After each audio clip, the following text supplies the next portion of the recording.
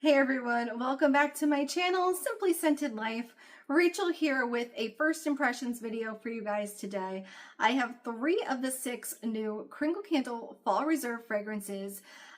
They are going to be launching next week on Thursday, September 18th at 12 noon Eastern Standard Time. And as an ambassador, I had the opportunity to pre-order these, so that's why I have them early. I also pre-ordered the holiday collection, which will be launching at the same time as these, but I will have those in a separate video. That's just too much. I ordered all 6 of the holiday candles, so stay tuned for that, and feel free to subscribe if you want to get alerts for that and the upcoming content that I have. But thank you guys for joining me today.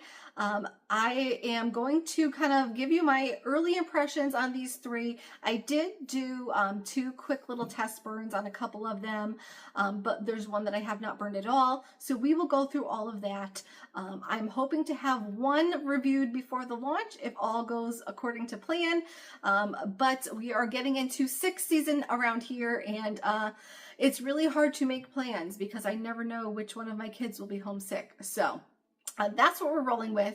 If you do happen to be shopping the launch next week, you are welcome to use my code Simply Scented. That will get you 15% off, and that is a commissioned code, so thank you if you do choose to use that.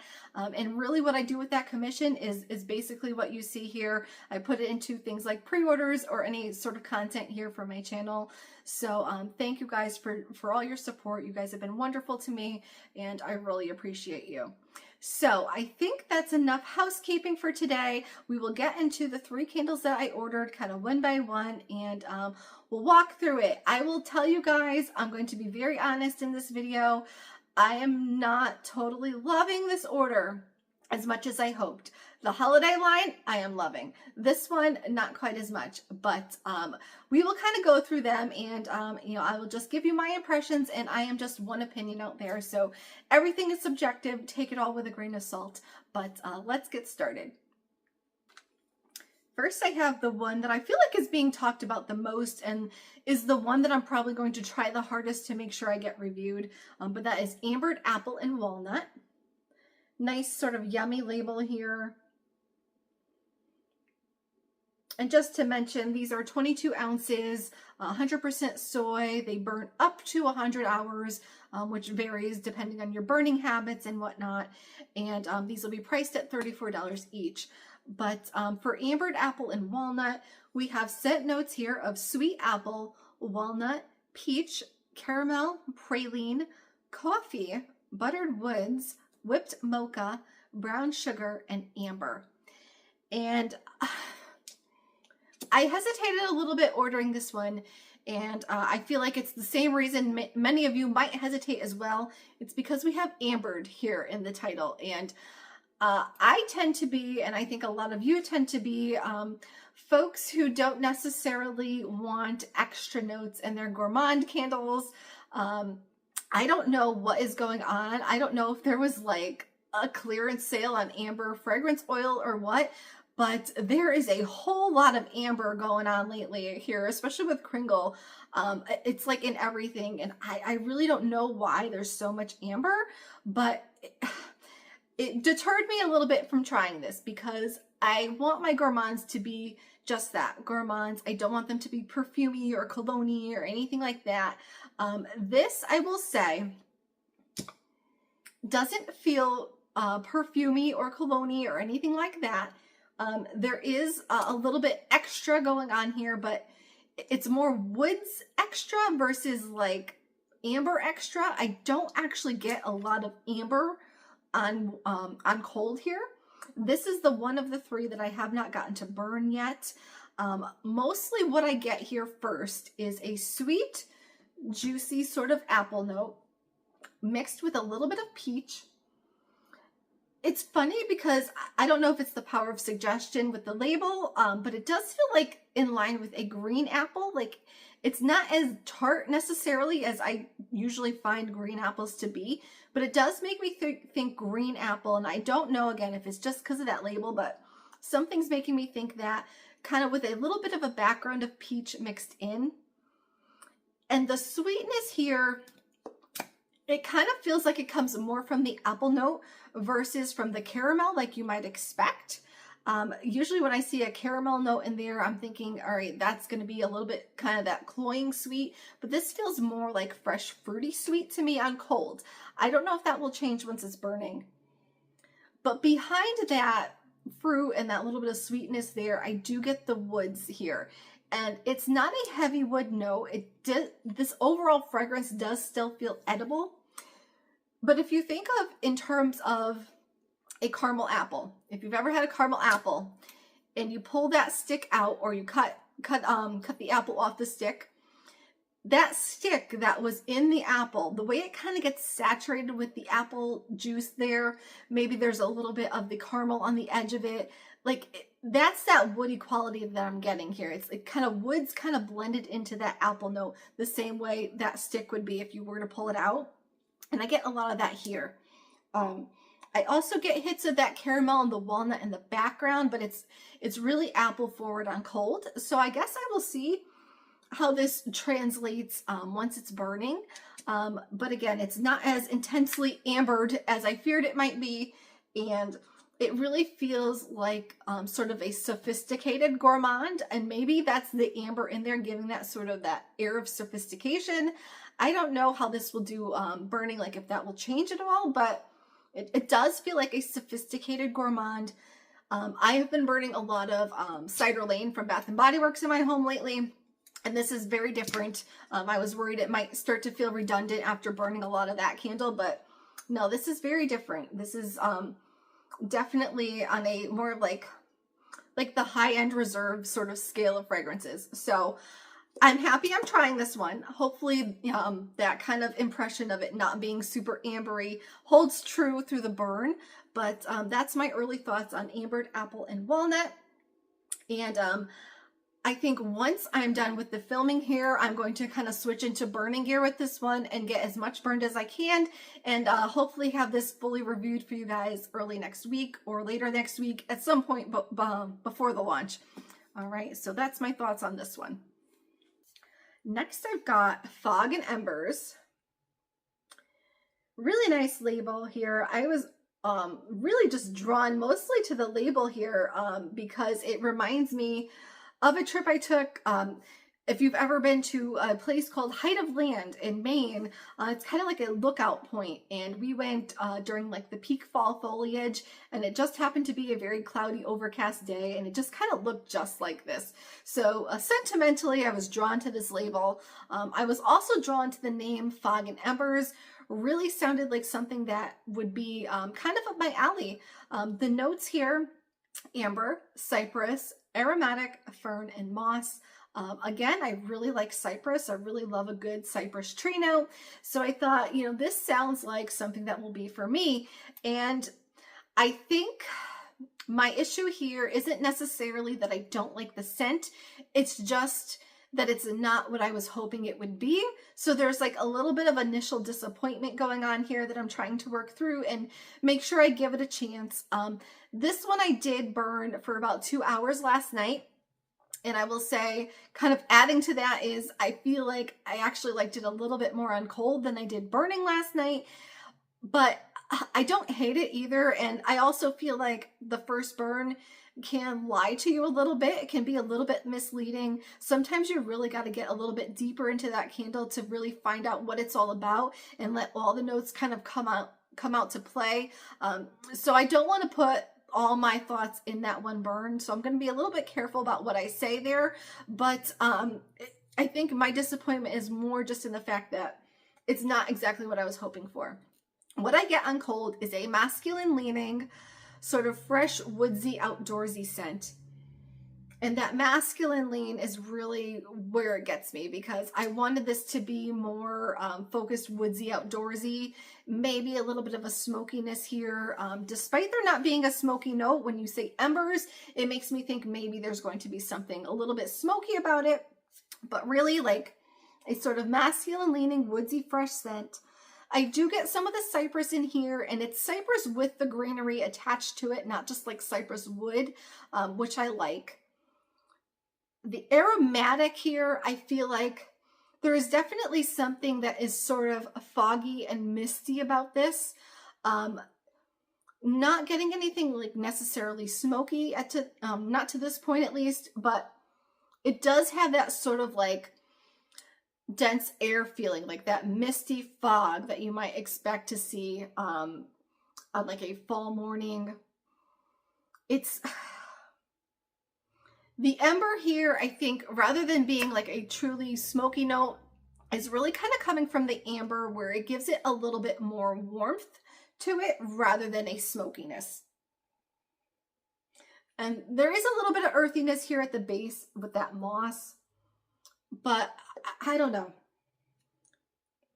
There's fern as well. I do get a little bit of the fern. It's kind of mixing itself in with that greenery of the cypress, I feel like. It's not really distinct. But yeah, woods more so than that greenness. But yeah, I did one burn. So the thing with that one burn, and I'm kind of reluctant to say this because I don't want to mislead anybody if this changes as I burn it, but because I might not get to review this before the launch, I'm going to throw this out there and you can do with it as you will. But there's something here, and it didn't hit me on cold. It wasn't until I started burning it that I made this connection, but there's something here, and I think it might be the amber.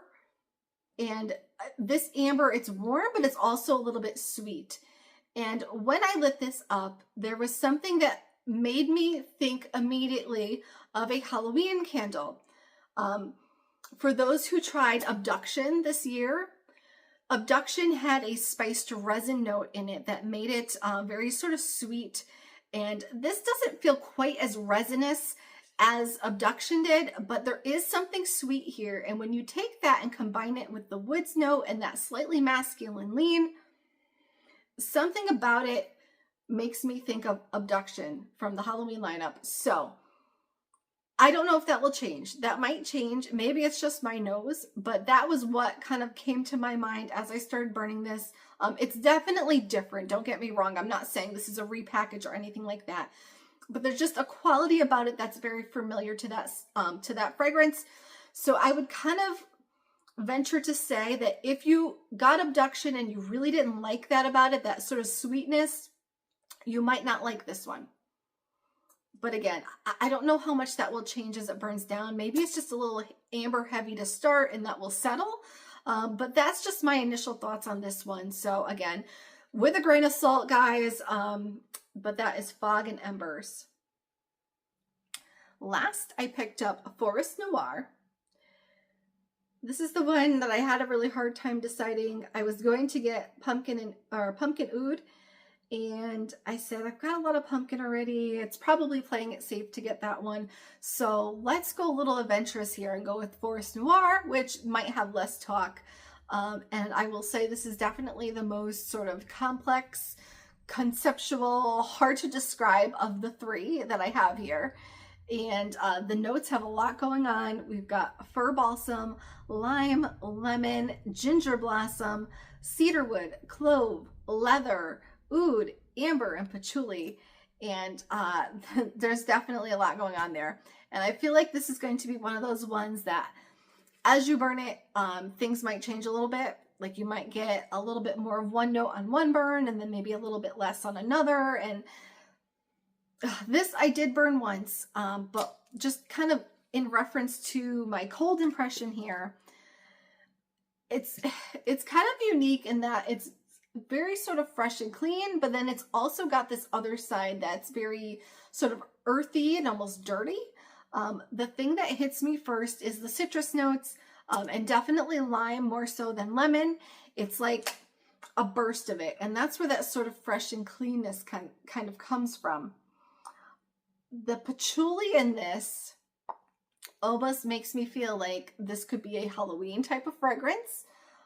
It definitely has some qualities about it that do feel like it would be an appropriate Halloween fragrance. I feel like some of that tones down a little bit in that first burn that I did. So I'm kind of, I don't know, I'm kind of reluctant to say that, but at the same time, I feel like those of you who like those types of Halloween scents where there's greenery and earthiness and just the outdoorsy feel are probably going to be the ones that appreciate this the most. I do get some woods and spice here to the background. I don't really get much balsam, to be honest. I was hoping for a little bit more balsam. And initially, like, I'm first smelling this, but now as I've gone back into this jar multiple times, I wasn't getting a lot of that leather note at first, but I'm starting to pick it up more now the more I smell this and the more it kind of airs out. I feel like when you get this, like, air it out and let that, like, citrus kind of die down a little bit, because once it does, all these other pieces start to come into play. And I noticed too on that one burn that I did, it was only about 2.5 hours, but the citrus did tone down a little bit. But just very layered. It's not going to be for everybody. I think this is like one of those things, you might love it, you might hate it, and different noses might smell this differently. So the notes that kind of stand out to me might not stand out as much to you. It's just going to be one of those things where you have to be curious enough to want to try it. But I could say this is very unique. It has a very mysterious quality about it, and what I'm smelling fits the imagery here of like a mysterious, almost like maybe like a forbidden forest if you were to go like the Halloween lean with this one. It's just, the other thing, it does have a bit of a masculine lean, but not as wearably masculine as Fog and Embers. This has a more of a masculine lean, as in like the type of scent you might find in one of those like men's collections where they sort of like gear the fragrances to appeal more to like the masculine kind of fragrance category. That's kind of what this feels like. It would be like a nice like sort of men's line. I like it. I think the leather in it, I feel like came out a little bit more on that first burn, and that's what makes me a little bit hesitant with this one. But I do like it, and I really want to give this one a chance because I feel like this is gonna change a little bit as it goes. So I don't really want to say too much more about it. The one thing I will add though is that, especially on that first burn, something about it started to feel a little bit damp.